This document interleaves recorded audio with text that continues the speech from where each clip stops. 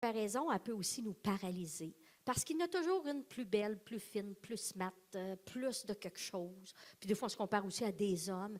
Alors, si c'est ça, change ton modèle de comparaison. Il n'est pas utile. Parce que si tu veux trouver quelqu'un de mieux, il y en a tout le temps. Et ça peut nous empêcher de faire ce qu'on pourrait faire et d'être ce que nous sommes.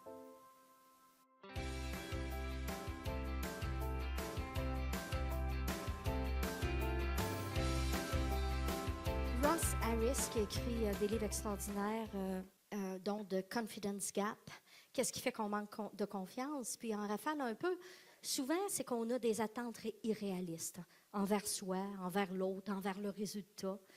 Souvent, les gens me disaient, vous, Madame Desrosiers, là, ouais, surtout dans les débuts, ouais, mais là, tout à coup, tout le monde n'aime pas ça. Ben, ça se peut, là, que tout le monde n'aime pas ça.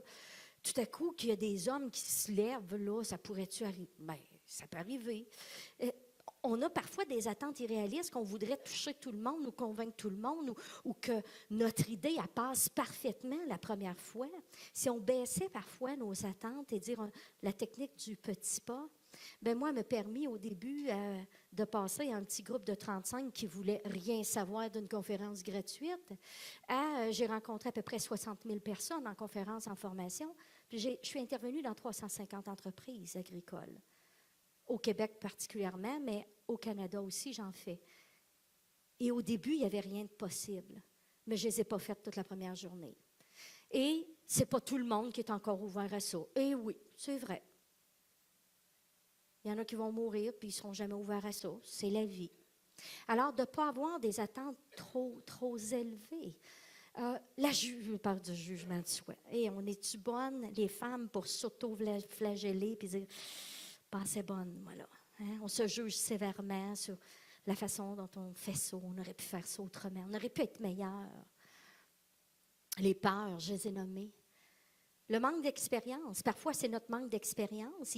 Ça fait partie de l'apprentissage. Si tu n'as jamais fait une conférence devant un petit groupe, commence pas à louer le Centre Bell, là, tu sais, vise plus petit un peu.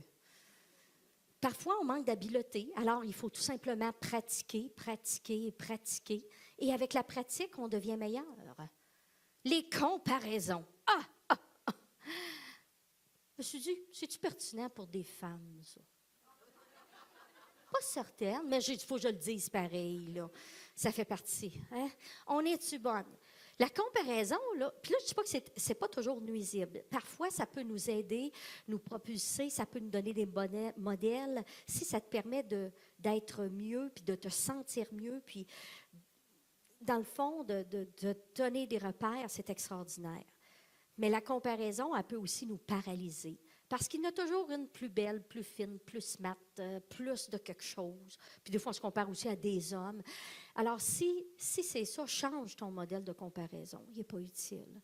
Parce que si tu veux trouver quelqu'un de mieux, il y en a tout le temps. Et ça peut nous empêcher de faire ce qu'on pourrait faire et d'être ce que nous sommes. On n'est pas l'autre, on est nous. Puis on n'a pas être des hommes, on est des femmes. Les gens me demandaient des fois, avec des hommes, communiques-tu comme des hommes? Je ne sais pas comment ça communique des hommes. Moi, je communique comme une femme, je communique comme je suis. Je n'ai pas à adopter un modèle d'homme. J'ai à les comprendre.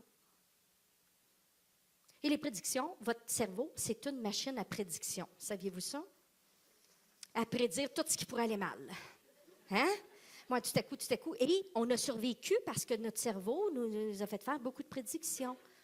Fait que c'est un autre enfant. Tu dis, OK, merci pour ta prédiction, là, ça va. Prends ton trou, là, dans le CA, on passe à un autre.